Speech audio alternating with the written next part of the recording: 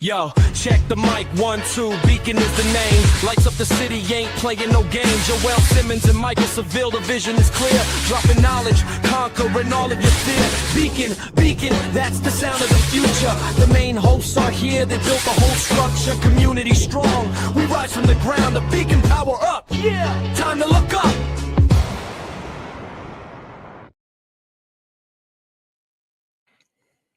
What up? What up? What up? Let's go. Day. We out here again. Community Beacon Friday. What is it? April 3rd? Yeah, it's the 3rd, man. 2026. We're here again, yet again, and yet again.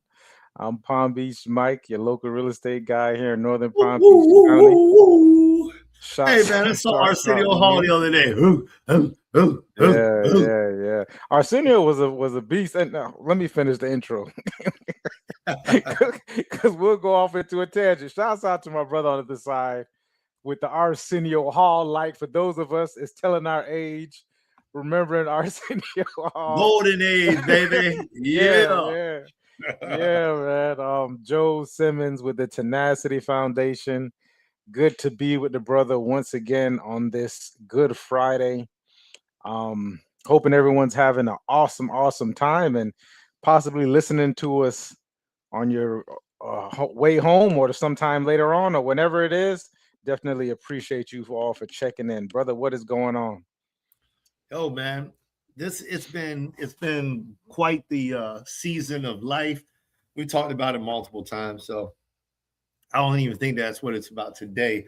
Today, man, I think we ought to dive into community. We're having this deep conversation, or at least it was moving in a certain direction.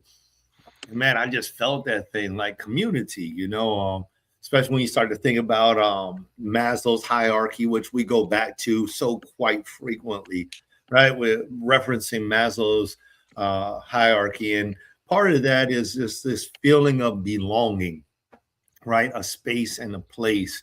And for me, that's a huge thing. While you were talking, I was thinking about what we're building here. The Opportunity Lab is not just your average co-working space. It is a place for growth. It's a place for people to come in, connect, and to be one with someone else. It's a space, for you to have community. But just in that behind the scenes conversation, talking about the good brother Courtney Roundtree and about how you were talking about he reached out quickly. I put in my information in the mailbox, and within a couple of hours, I had a text message. You're in my zone. I'm looking forward to catching up with you. That was heavy. You were right, man. And it's like, this feeling of belonging is so sweet and so necessary. And I was thinking about it as you was talking, and I know you asked me kind of like, what's up? But I don't know, man, I'm just ready to dive in, right? So that's just where I am. The thing that I like about true belonging, right? This is my definition of true belonging. So all the naysayers out there, before you say anything, just remember, this is only my opinion. All right. If you want to say anything, say whatever you want. When you're in true belonging, you don't need validation, right? You don't need validation. When you're in true belonging, you don't concern yourself with hesitation, right? You don't concern yourself with hesitation. When you're in true belonging, you don't need validation. You don't concern yourself with hesitation. Also, you don't need somebody to push you up or build you up. You don't need any build up.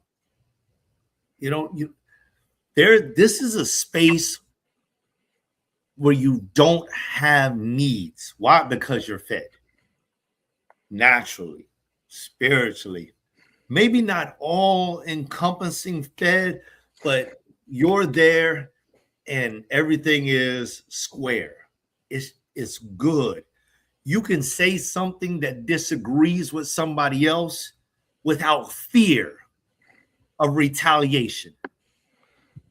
And you can hear something where somebody else does not agree with you without fear that somebody is trying to assassinate you or to do you wrong or to take down your shielding, because you don't have any shielding.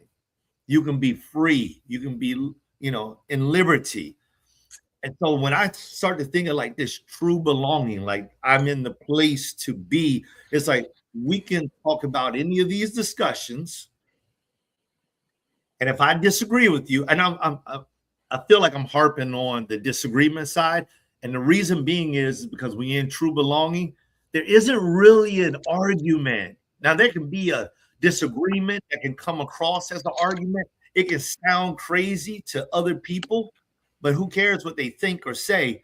If you and that individual can slap hands and be like, yo, that was so crazy, and then go out and get yourself a bottle of water, a hamburger, a slice of pizza, and chop it up for the rest of the night and not hold or harness anything on the inside, then I think that you may have found a space.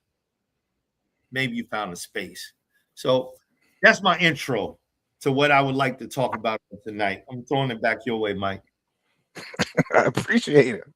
I appreciate you throwing it back at me. Yeah, I think it's a super there's a lot into it. So I guess so we can I get a clear understanding. It sounds to me like it's it's belonging in the sense of other people, or what, like where are we, like is it in connection with other people? Is that what I'm hearing? Yeah, so I think that connection is a really good word. Yeah, I think that's a great word as part of this definition of true belonging, right? Yeah.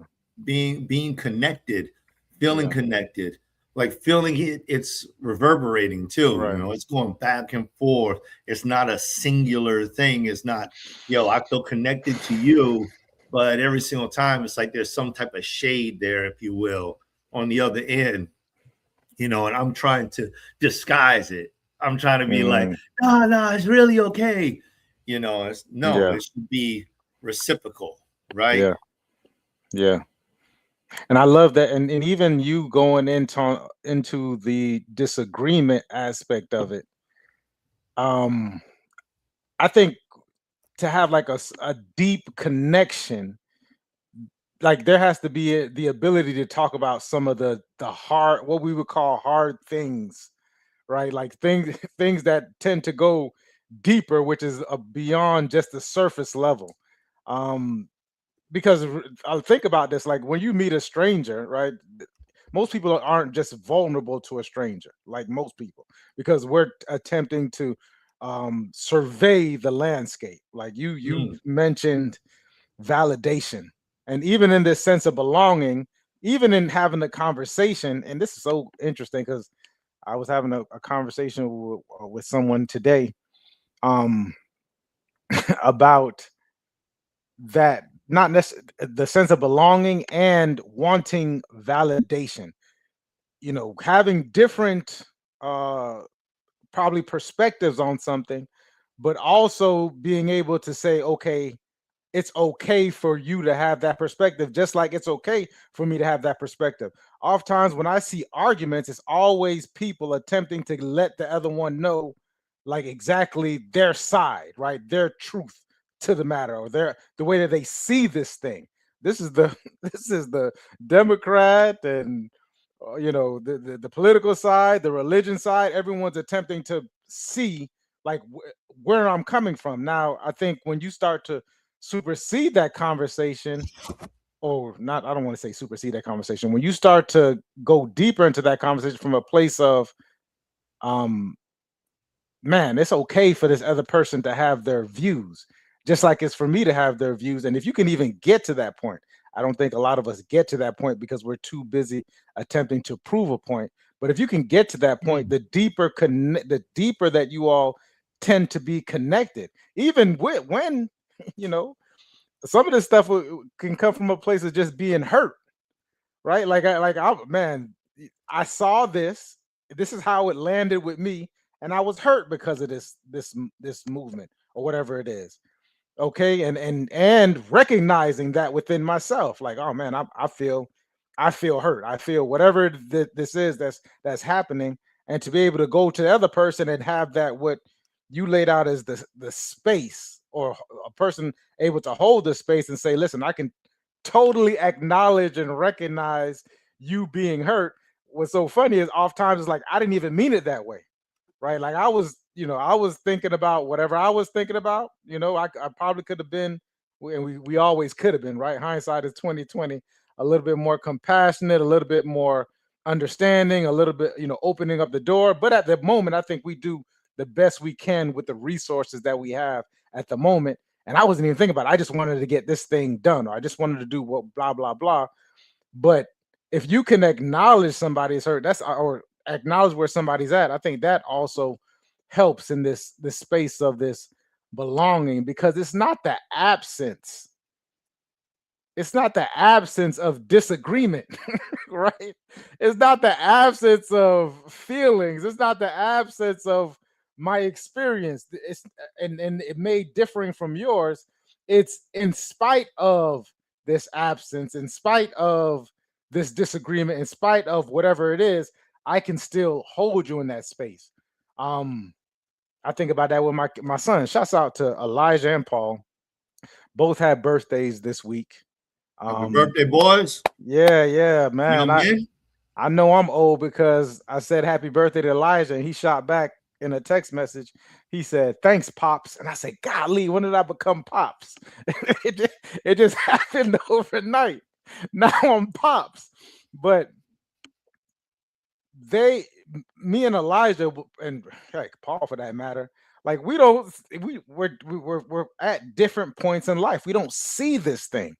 My thing with them, this is so dope, because then I can just treat with everybody else in the same kind of way. With them is that in spite of you going along your journey, whatever it is that you come across, I'm still going to love you and hold you, and you can tell me whatever it is that you need to tell me.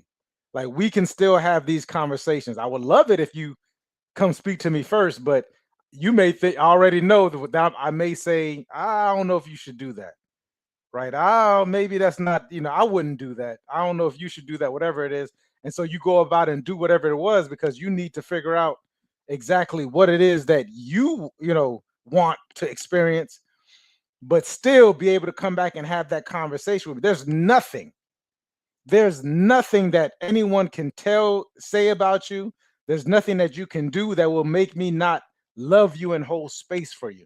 And if I can do that with any and everybody that I come across, if I can just hold that space and keep that love and this is not to excuse bad behavior, or what I would deem bad behavior, right? Like certain things of right and wrong. You go out there and you do something crazy.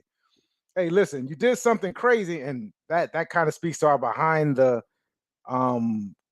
scenes conversation, or at least it was told that this was something happened, but I can still love you through that. Like, there's nothing that can happen to where I don't love you. I may not necessarily be behind anything or the thought process or whatever it could have been, but I'm still love you, and I'm willing to hear you out.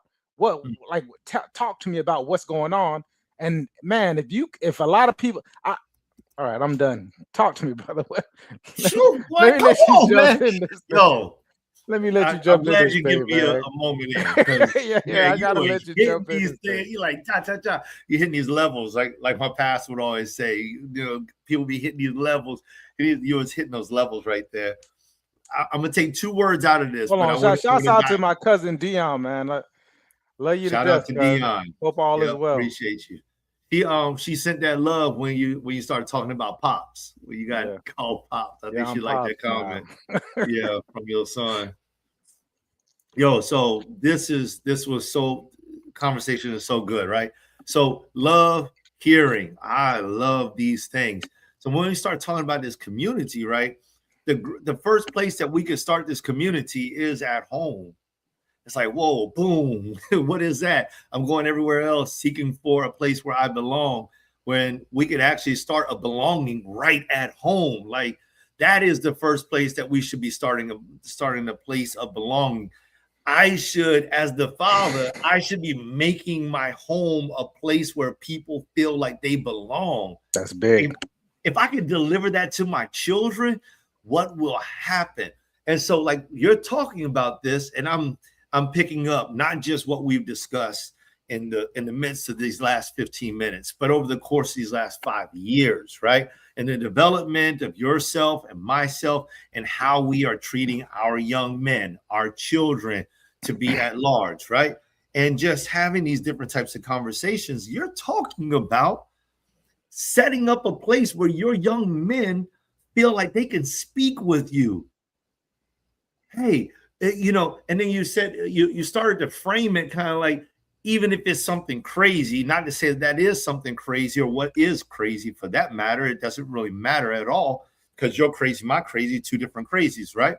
But to say that if something were to happen, I still love you and I still got ears to hear you. I'm open to you. So if you did it after you spoke with me, I'm here. I love you and I'm here to hear you. If you did it and didn't speak with me, I love you and I'm here to hear you. It doesn't matter which way you flip the coin, or even if the coin lands on its spine. I love you and I'm here to hear you. It doesn't matter what it is. And so that is a powerful statement, because that reverberates the words you stated before, was in spite of. And I love how you said that, because it's like, just throw a blank in that. Throw a blank in that. In spite of, insert narrative, right? For everybody in the world, just when you start thinking about these people, the belonging, right? The belonging, right? Taking it back to the basic stuff. There's one scripture that I recall where I think it's in the book of Matthew, the 5th chapter, the Beatitudes, and he starts to talking about those that show mercy will receive mercy. And it's like, if you want belonging, maybe you ought to create belonging. Create belonging. Create the space for somebody else to be free, to be liberated, to have no fear of assassination, verbally, physically, emotionally, spiritually, to have no fear of retaliation, across that same spectrum, to not need to have validation from you. Now, it doesn't mean that somebody, especially when we start talking about young men, that they may not want validation, but it's just like setting up that playing field so that people feel like they are being heard and they can grow. And so that's the piece that I wanted to bring in, and I'm gonna throw it back in your direction. It's like, from a man's perspective, where I've gotten in my life, and maybe this is I'm not gonna speak for you, Mike. I would say, from my opinion, watching how you've grown, that maybe this statement would fit both of us. And I would say, where we have gotten in our life, we have learned to create this space for our young men to grow. Make mistakes, dude. You're in my house.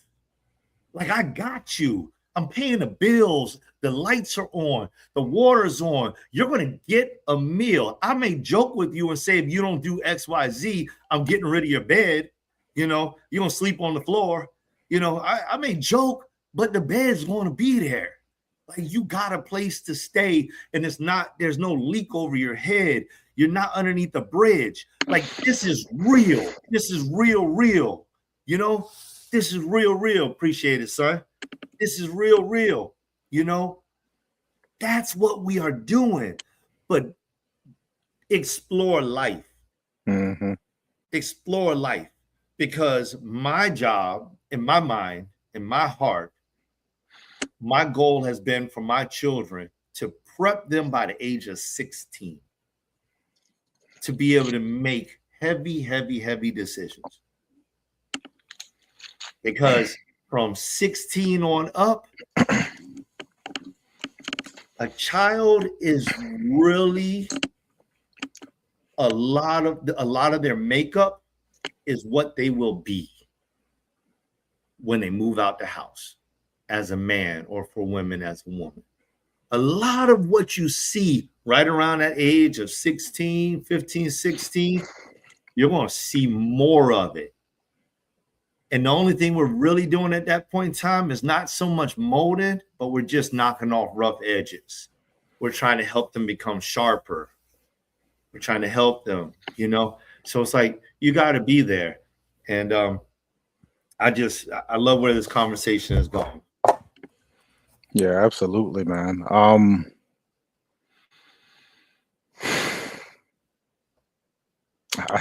was telling Elijah, because he just turned 16. So I'm always joking with him. I say, hey, 2 more years, buddy. like I'm getting you out of there. And so I guess like kind of my perspective of having this 16-year-old and then having now a 5-year-old, especially with Paul, there was a time when I believed that I needed to be this like super strict person. I would tell people, I was like, because of the situation in my mind at the time, my thinking was, I need to be overly this way. And if you all have paid any attention to me the last 3 to 4 years, there's a couple of words I dislike using. I don't like better. I don't like more. And being overly something is also a part of that. I like different. Like that's kind of where it lands for me.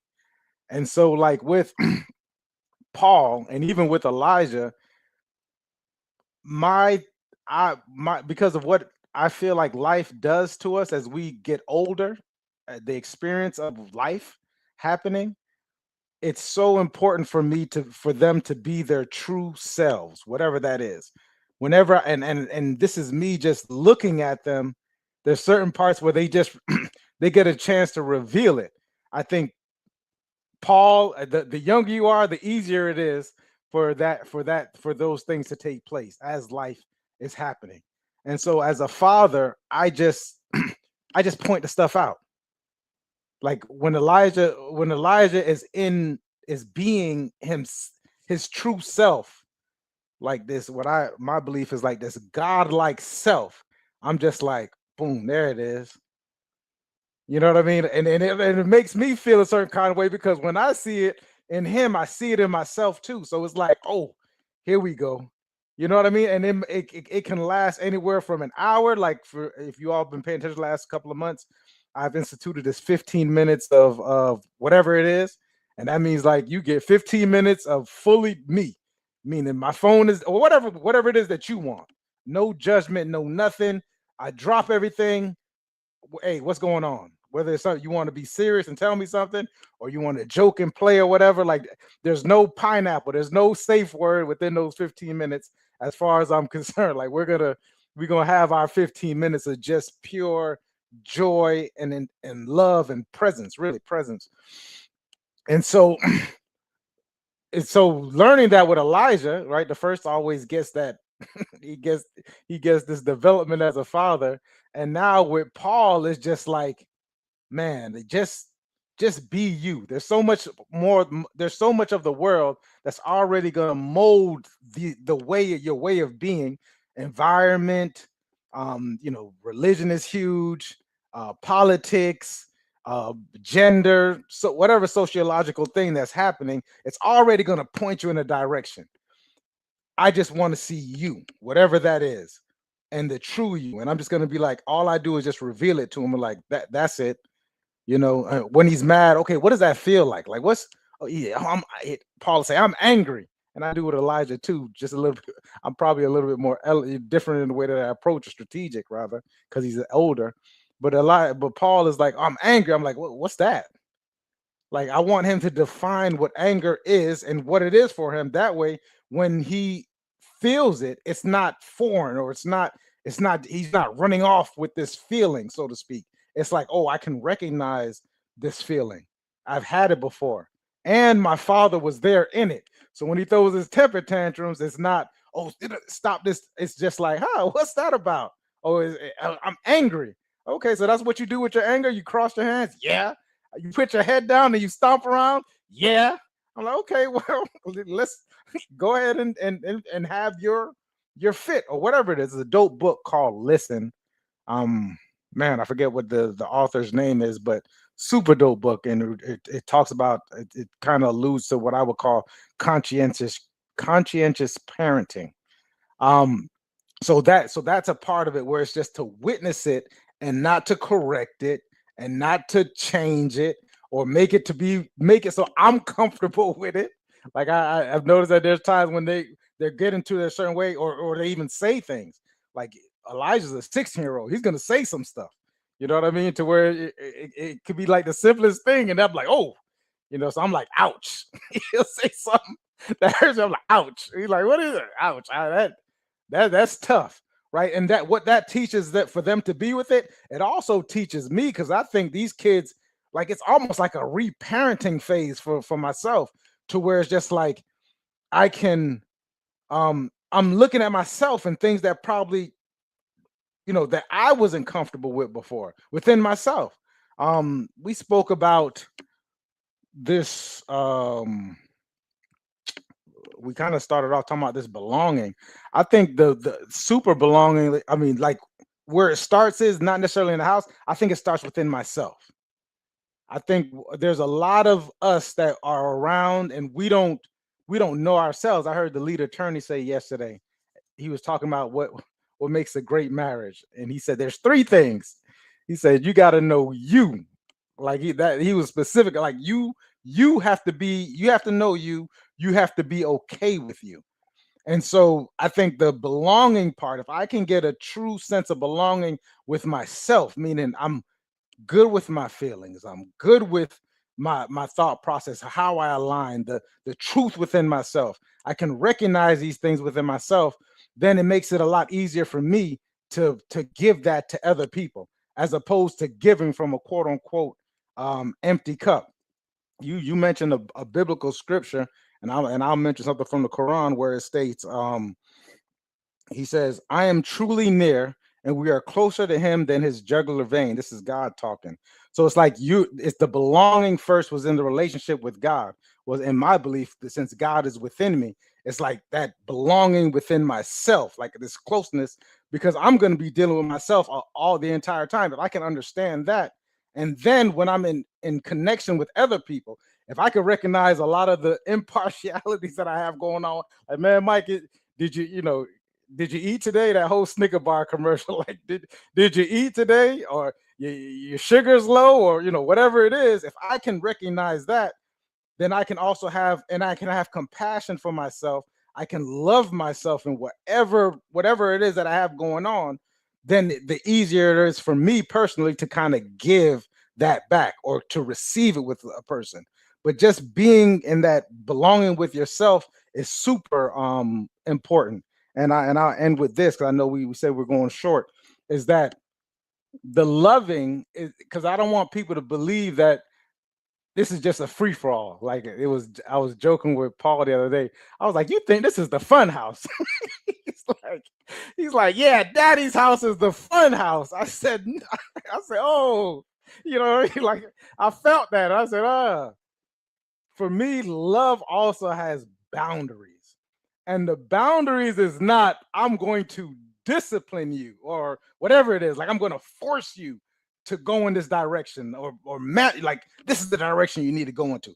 This is how it needs to be. That's not how I look at boundaries.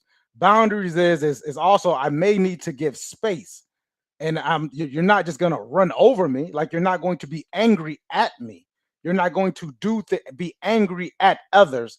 This boundary is like, how can I create boundaries? Like, how can I love this person more?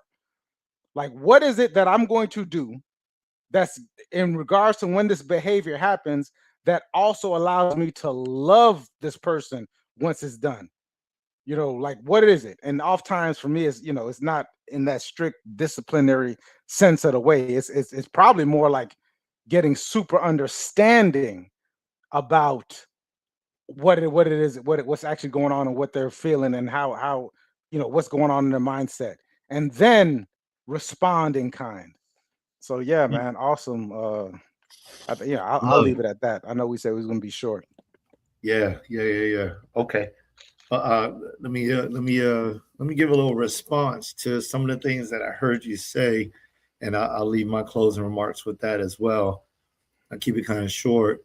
I love that you brought up the first belonging inside of self. I love that. I like that. That's really good. And then also that, the identifying what I perceived as identifying feelings when you're talking about with Paul and him like, I'm angry. And what he's doing is like, all right, well, what does that feel like? What does that look like? What is it? Just that identifying to help have clarity. One of the things that I didn't understand how to do when I was younger was to identify. I could identify my feeling, but I couldn't identify what was making me feel that way. And so there was a challenge for me as a youth to be able to deal with whatever that was, because I don't really know what it was. It's just like overwhelmed, And so as I got older, I learned to become a lot more surgical, right? And that actually increased my feeling of belonging with inside of self. Self-esteem has a whole lot to do with understanding what you are feeling. If you don't understand what you're feeling, your self-esteem can be like a runaway train. And when that thing gets away from you, you find yourself in the caboose and it's going wherever it wants to go. So something to consider maybe, and then I like this also. You said, don't change the words, don't make it comfortable. And then I was like, #freedom. That's what I came up with. And I love that. I love that because it's like when I listen to my son, and I know we just kind of shifted. I guess it was when I said something about starting at the house. We shifted from like this external outward push to this external inward push inside of our houses. And I know you brought it back a little bit to, more radiating beyond our own bounds. But I love that you started talking about this is not a free for all. And it's like structure. You said boundaries. And I love that. I love the terminology. When I thought about it, I'm like, okay, it's framework. That's what I have found that I've created. And I've heard a lot of structure coming from you. And I've recognized that structure, systems, frameworks, these types of words are being used almost in parallel with, maybe quote unquote high achievers or people that are having quote unquote success inside of relationships, because they have boundaries, they have guardrails, they have structure, and people know what they're getting into. It's like when you tell somebody what they're getting into, they almost know what to expect. And I'll give a real quick, for instance, and for somebody out there, maybe this might go just boom. Okay, I understand. If you have a relationship with somebody, say it's a friend, say it's an associate, say it's your wife or it's your child, and you just do stuff and nobody really knows the reason why, it can become very confusing. For instance, if I go into a barber shop, I expect to get my hair cut. Right? If I go into a grocery store, I expect to be able to buy groceries. If I go to a gas station, I believe I will be able to get fuel. But if I just go into an open building, I have no idea what I'm getting. I have no clue what space I'm in. And so I'm always looking. I can become a wanderer in that space. When we set up clear boundaries, clear guardrails, clear structure, we don't have as many other people who are relating with us that are coming inside of our space wondering, what am I getting here? Who am I dealing with? Why am I dealing with them? What is the benefit of being here? It becomes very clear. My principles, my morals, my values, all of these things show up. They're like signs in the window. So you might as well not even open up the door and come in if you don't agree with those signs, right? If you don't want McDonald's, when you see the golden arches, you pass by. If you do want McDonald's, you turn in, you know, because it gives you a clue at what is on the inside of the door. There can always be something more, but it gives you a clue at what's in store. So this sense of belonging on a higher level is like, it's like knowing what I'm getting into and knowing that this is like, you know, essentially believing that this is what I'm looking for. It may not be, because once I get in there, I may find out that it's not what I want. Not at all. But it's clear. It's very clear. And so having these spaces that we've created for our youth, for our young people, and having these spaces like the Community Beacon, where Mike and I can come here and share our thoughts, share our words, share our insight, share our feelings, share whatever it is, and be able to, at the very least, share it with one another and hear from each other, you know, whether there's alignment, you know, whether there's somewhere to learn, all of those things. I think that that is all a place of belonging, a place of community. And I love that. I think that we should be creating more of these spaces in more places. So that's my end. All right. Guys, love you all. Enjoy your weekend. Make it a safe one. And I guess we'll see you next week with Community Beacon. Peace.